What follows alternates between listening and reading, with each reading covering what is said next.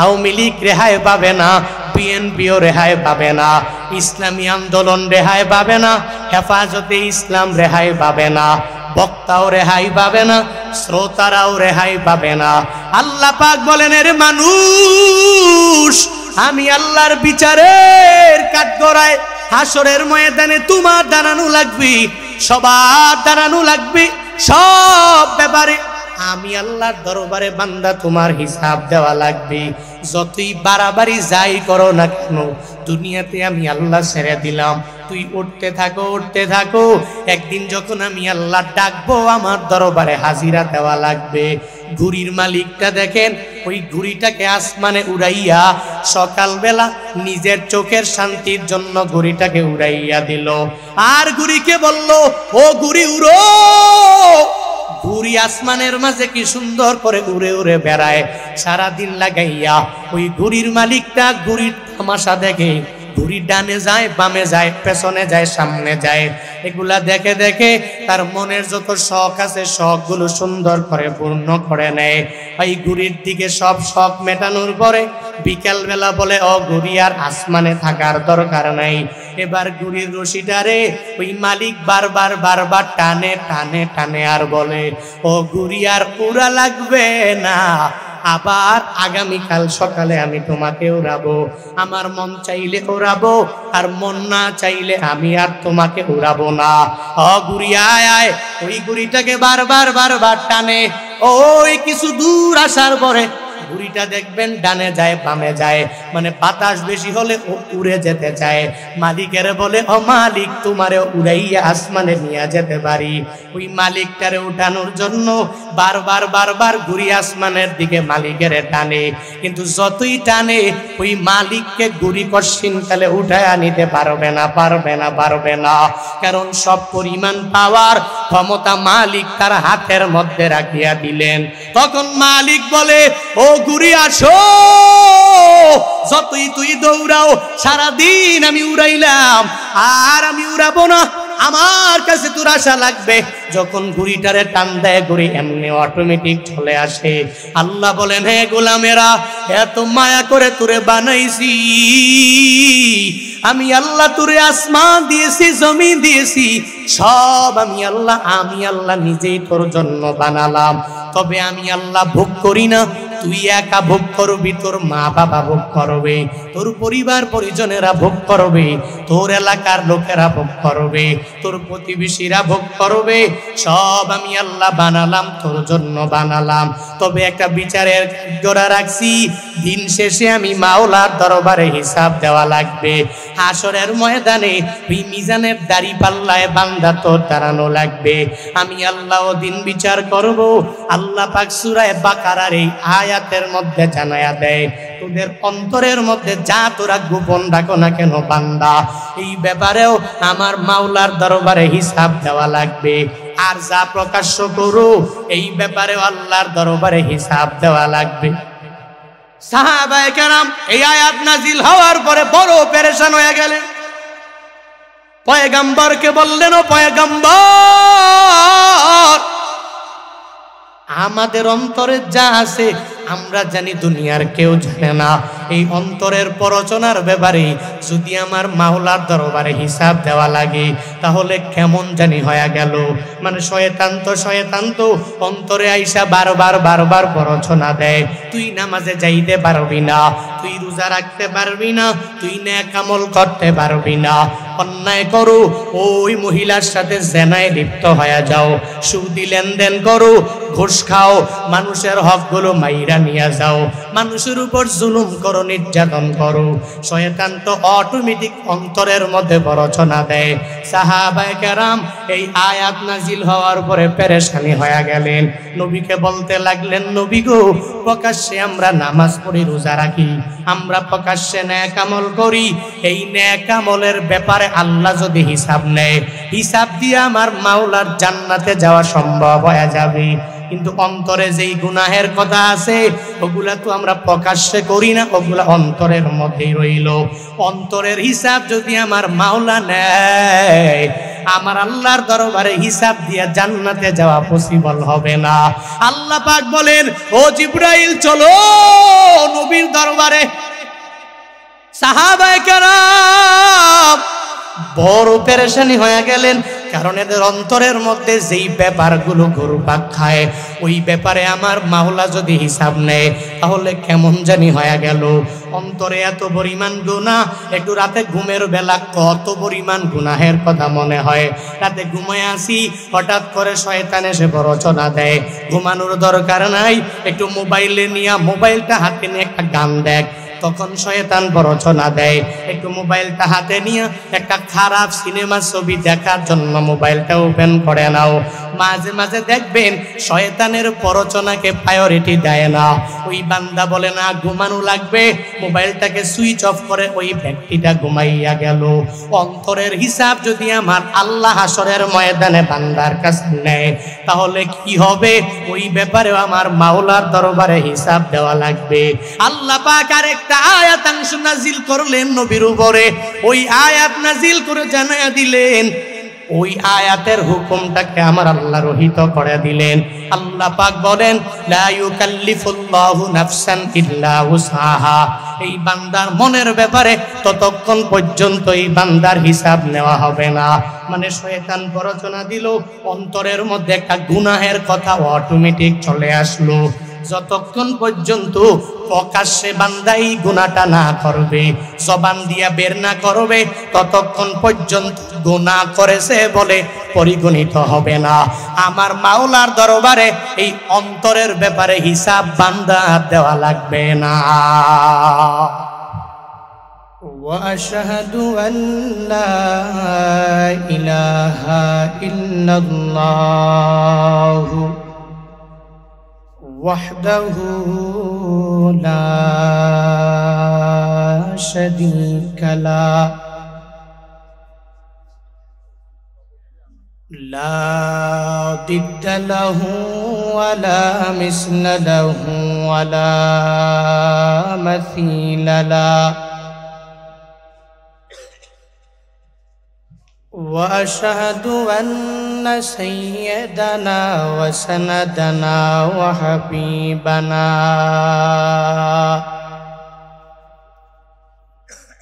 وحبيب ربنا وطبيبنا وطبيب قلوبنا ومولانا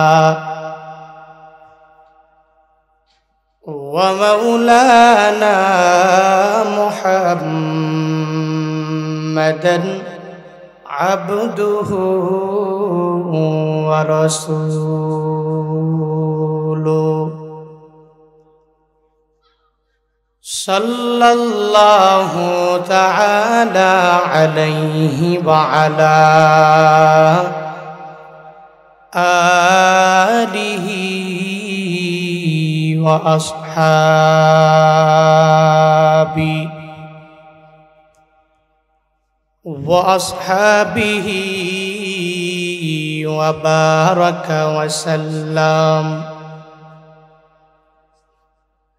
وبارك وسلم تسليما كثيرا كثيرا.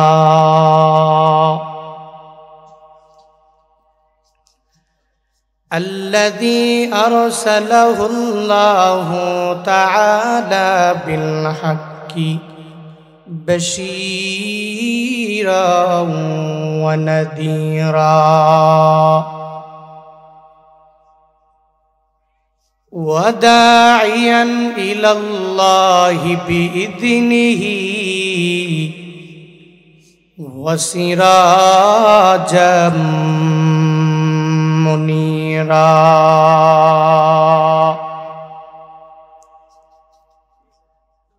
أما بعد فأعوذ بالله من الشيطان الرجيم. বিসমিল্লাহির রহমান আর রহিম।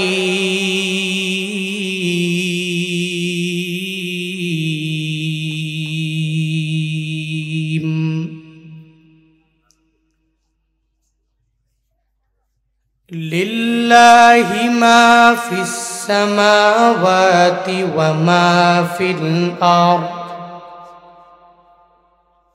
ওয়া ইন তুবদু মা ফি আনফুসিকুম আও তুখফুহু ইউহাসিবকুম বিহিল্লাহ فيغفر لمن يشاء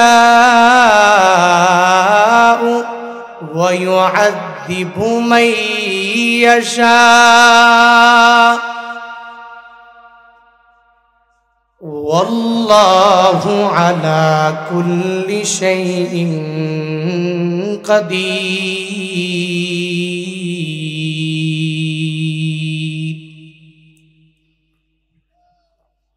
وقال النبي صلى الله عليه وآله وسلم التائب من الذنب كمن لا ذنب له أو كما قال النبي عليه الصلاة والسلام. ويسر لي أمري واحلل عقدة من لساني बस जान लिया मैं तेरे पहचान वही है बस जान लिया मैं तेरे पहचान वही है. एक चश्मे ज़दन गाफिल ज़ा शाह नबाशी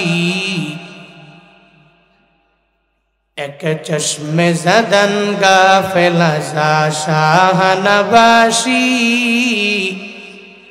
शायद के नगाह कुनदगा नबाशी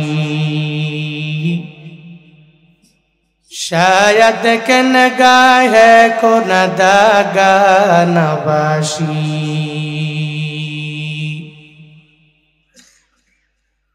उल्फत में बराबर के वफा हो के ज़फ़ा हो उल्फत में बराबर के वफा हो के ज़फ़ा हो हर चीज़ में लज्जत है अगर दिल में मज़ा हो हर चीज़ में लज्जत है अगर दिल में मज़ा हो.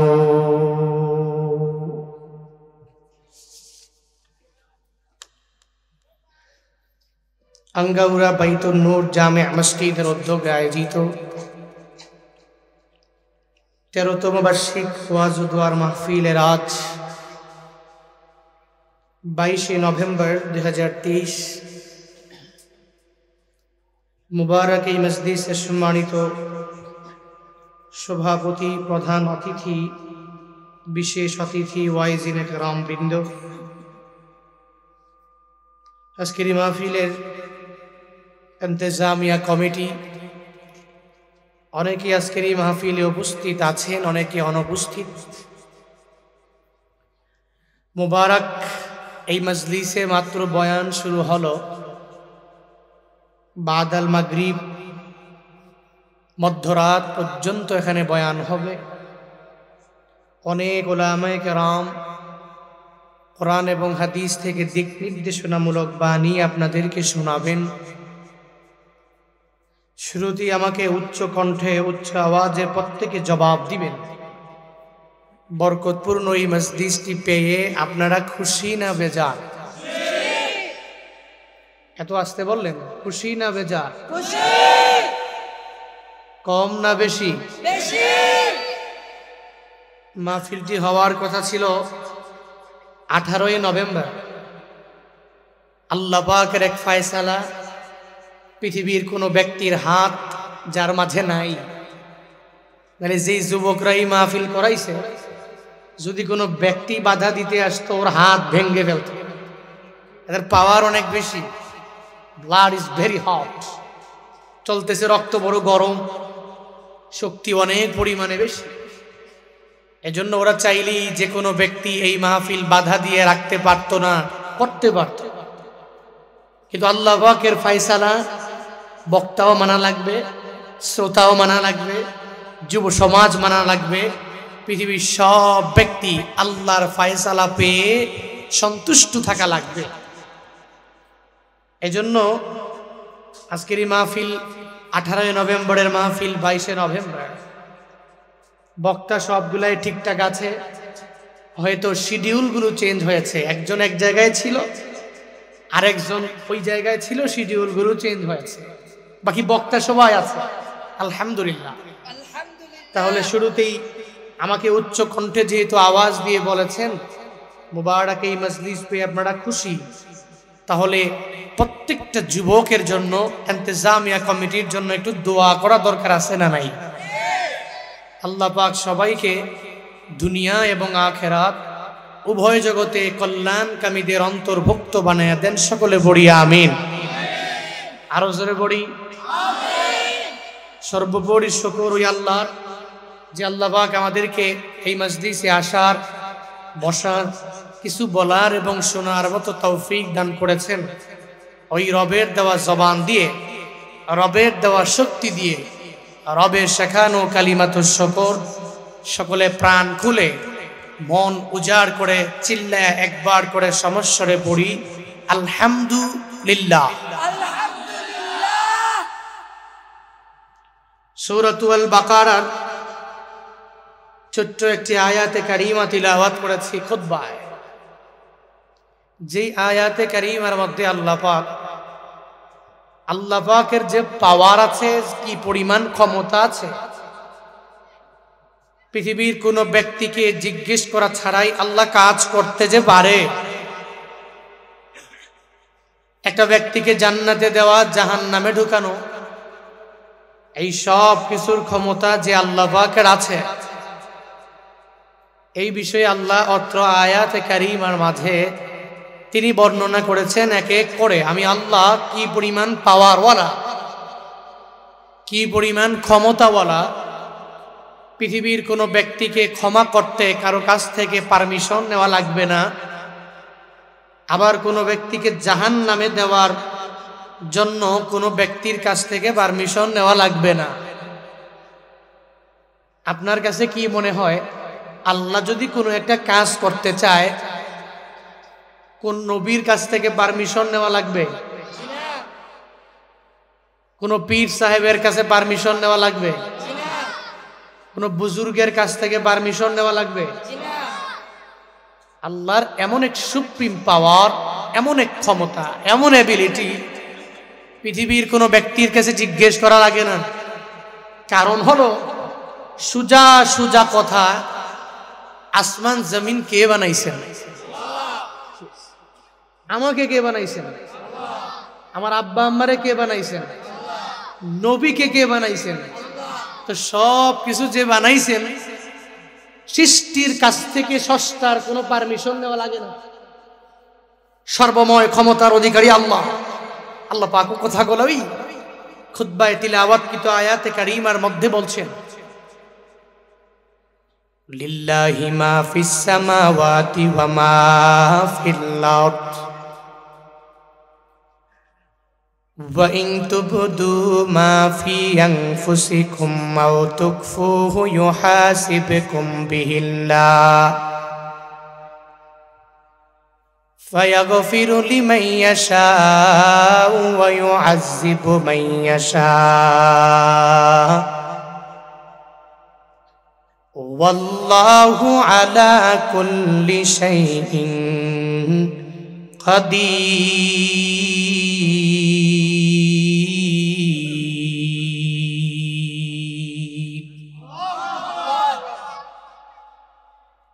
আল্লাহ বলেন, হ্যাঁ মানুষ, আসমানের নিচে যা আছে, জমিনের উপরে যা, সব আমি আল্লাহর জন্য, মানে আল্লাহ বানাইছি। এভরিথিং ফর আল্লাহ। দুনিয়ার কোনো বান্দা বানায় নাই, কোনো পীর বানায় নাই, কোনো নবী বানায় নাই, দুনিয়ার কোনো লিডারেরা বানায় নাই। এ বিশাল খুঁটিবিহীন আসমানটা আমি আল্লাহ বানাইলাম, জমিন বানাইলাম আমি আল্লাহ।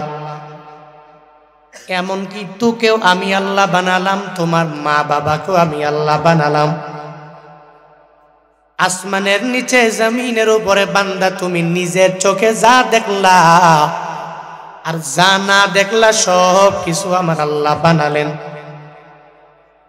আল্লাহ পাক বলেন, হে গোলামেরা, এই সব কিছু আমি আল্লাহর বানানো, সব আমি আল্লাহ বানাইলাম। এজন্য তো এগুলার ব্যাপারে প্রভাব খাটাইতে আমি আল্লাহ পারি, দুনিয়ার কোনো বান্দা প্রভাব খাটাইতে পারে না।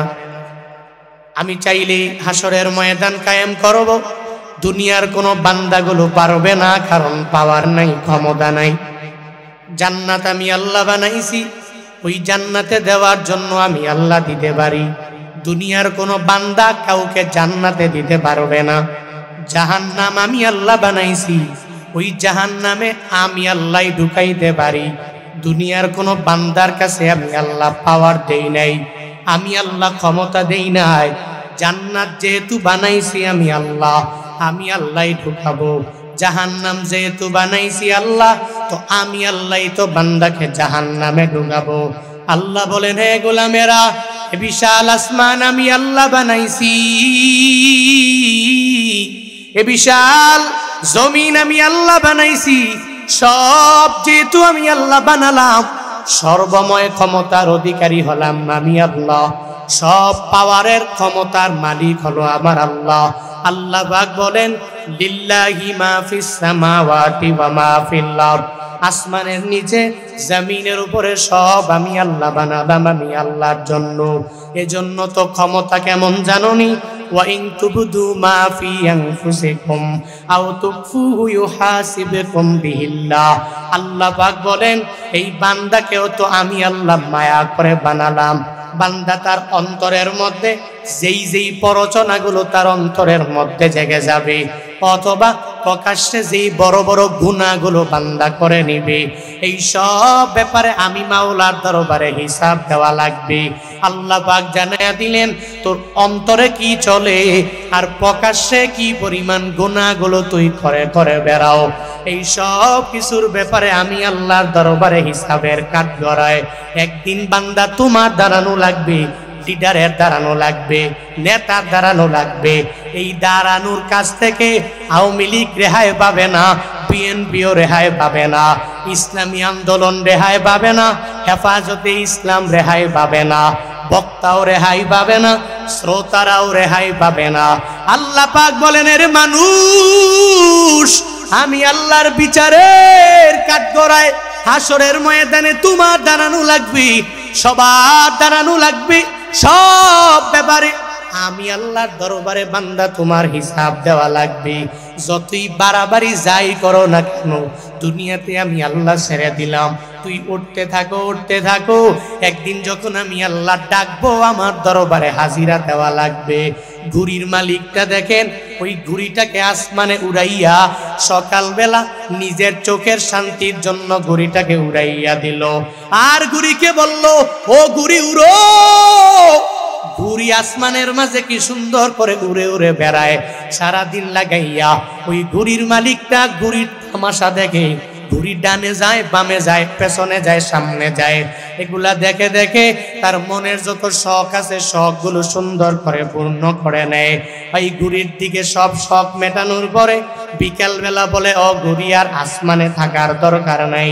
এবার ঘুড়ির রশিটারে ওই মালিক বারবার বারবার টানে টানে টানে আর বলে, ও ঘুড়ি আর উড়া লাগবে না, আবার আগামীকাল সকালে আমি তোমাকে উড়াবো। আমার মন চাইলে উড়াবো, আর মন না চাইলে আমি আর তোমাকে উড়াবো না। ও ঘুড়ি আয় আয়। ওই ঘুড়িটাকে বারবার বারবার টানে।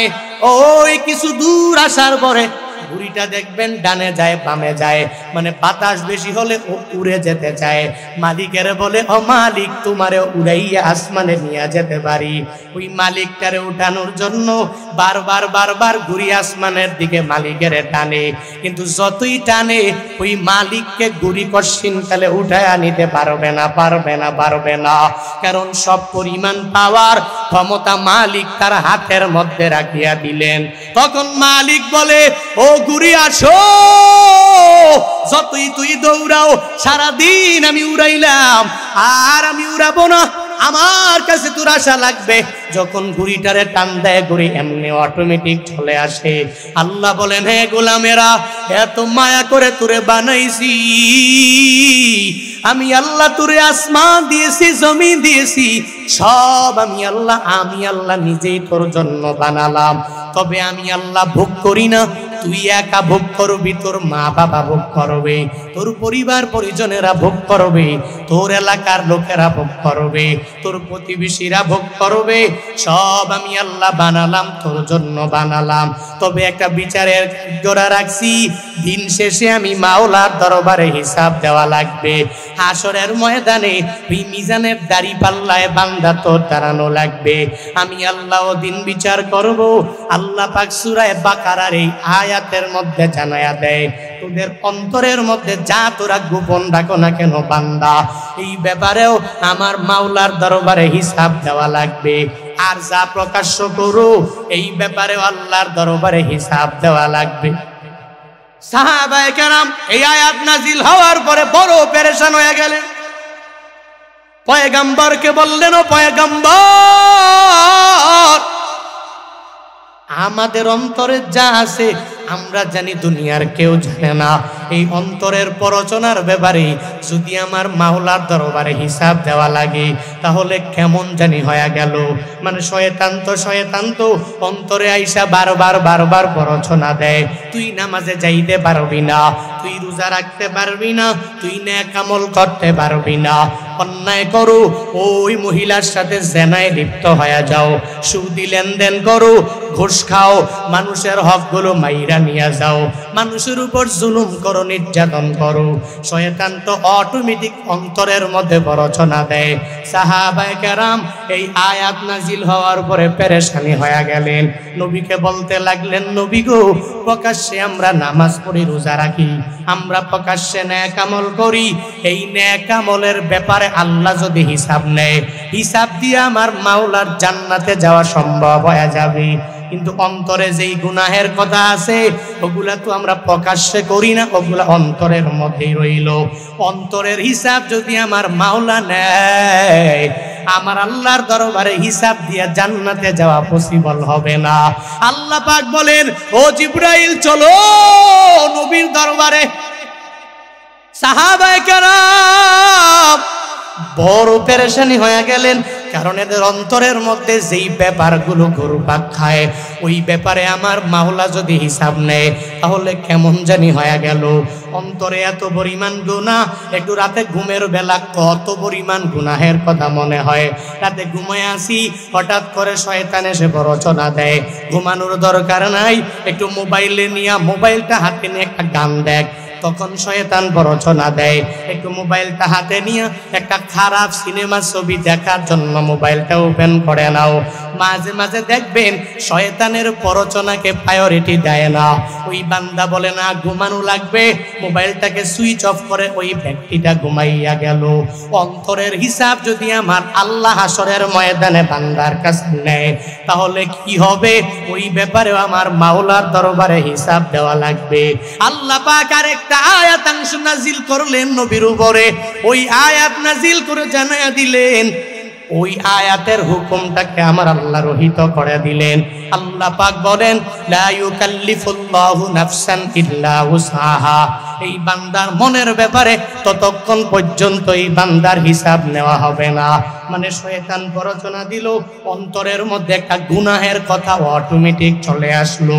যতক্ষণ পর্যন্ত প্রকাশ্যে বান্দাই গুনাহটা না করবে, জবান দিয়া বের না করবে, ততক্ষণ পর্যন্ত গুনাহ করেছে বলে পরিগণিত হবে না। আমার মাওলার দরবারে এই অন্তরের ব্যাপারে হিসাব বান্দা দেওয়া লাগবে না। আমরা প্রকাশ্যে অনেক গুনাহ করি, আবার নামাজও পড়ি, রোজা রাখি, নেক আমল করি, দান সদকাত করি, মাগার অন্তরে অন্তরে মাঝে মাঝে দেখবেন মনে শয়তান এসে ধোঁকা দেয়, যাস না একটু গুনাহ করস না, জেনা করস না, সুদি লেনদেন কর, ঘুষ খা, মানুষের উপর জুলুম কর। এক কথায় কবিরা গুনার ব্যাপারে শয়তান আমাদের অন্তরে এসে এসে মাঝে মাঝে ধোঁকা দেয়, কি দেয় না? দেয়।